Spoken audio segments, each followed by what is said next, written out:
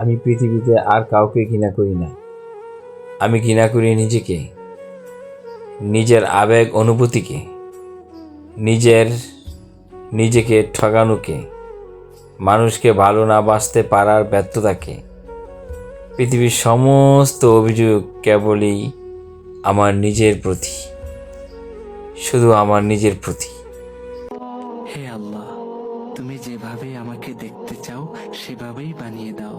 তুমি আমাকে এতটা দুনিয়া দিও না যা আমাকেই তোমার কাছ থেকে দূরে ঠেলে দেয়।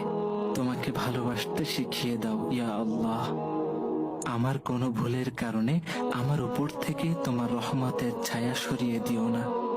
আমার উপর রাজি না হয়ে তুমি আমাকে দুনিয়া থেকে নিও না আল্লাহ। কোন মুখ নিয়ে আমি হাসরের মাঠে তোমার সামনে দাঁড়াবো?